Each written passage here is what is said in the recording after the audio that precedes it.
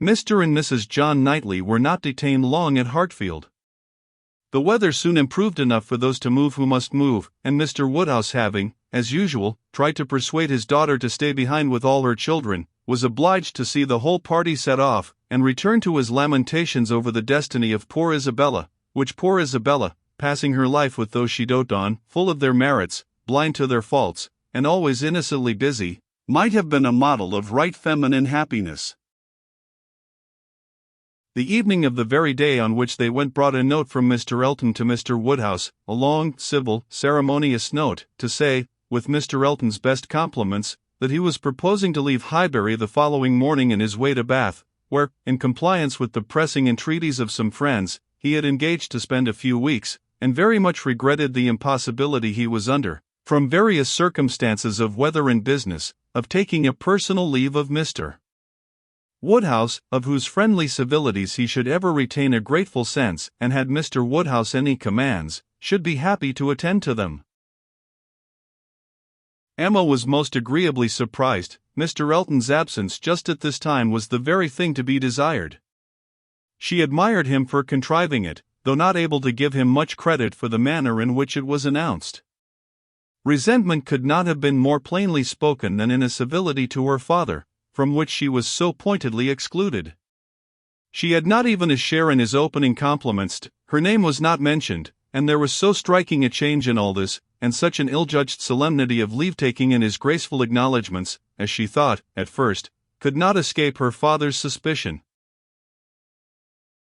It did, however. Her father was quite taken up with the surprise of so sudden a journey, and his fears that Mr. Elton might never get safely to the end of it, and saw nothing extraordinary in his language. It was a very useful note, for it supplied them with fresh matter for thought and conversation during the rest of their lonely evening. Mr. Woodhouse talked over his alarms, and Emma was in spirits to persuade them away with all her usual promptitude. She now resolved to keep Harriet no longer in the dark. She had reason to believe her nearly recovered from her cold, and it was desirable that she should have as much time as possible for getting the better of her other complaint before the gentleman's return. She went to Mrs. Goddard's accordingly the very next day, to undergo the necessary penance of communication, and a severe one it was. She had to destroy all the hopes which she had been so industriously feeding, to appear in the ungracious character of the one preferred, and acknowledge herself grossly mistaken and misjudging in all her ideas on one subject, all her observations, all her convictions, all her prophecies for the last 6 weeks. The confession completely renewed her first shame, and the sight of Harriet's tears made her think that she should never be in charity with herself again.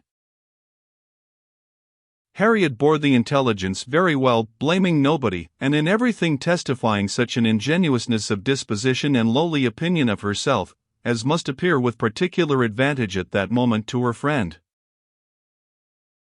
Emma was in the humor to value simplicity and modesty to the utmost, and all that was amiable, all that ought to be attaching, seemed on Harriet's side, not her own. Harriet did not consider herself as having anything to complain of. The affection of such a man as Mr. Elton would have been too great a distinction. She never could have deserved him, and nobody but so partial and kind a friend as Miss Woodhouse would have thought it possible. Her tears fell abundantly, but her grief was so truly artless, that no dignity could have made it more respectable in Emma's eyes, and she listened to her and tried to console her with all her heart and understanding, really for the time convinced that Harriet was the superior creature of the two, and that to resemble her would be more for her own welfare and happiness than all that genius or intelligence could do.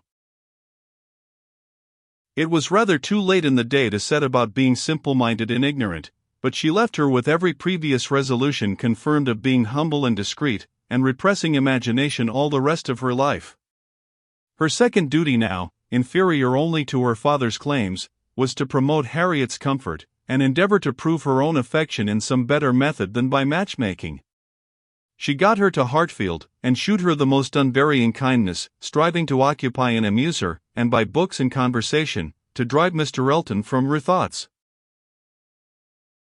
Time, she knew, must be allowed for this being thoroughly done, and she could suppose herself but an indifferent judge of such matters in general, and very inadequate to sympathize in an attachment to Mr. Elton in particular, but it seemed to her reasonable that at Harriet's age, and with the entire extinction of all hope, such a progress might be made towards a state of composure by the time of Mr. Elton's return, as to allow them all to meet again in the common routine of acquaintance, without any danger of betraying sentiments or increasing them.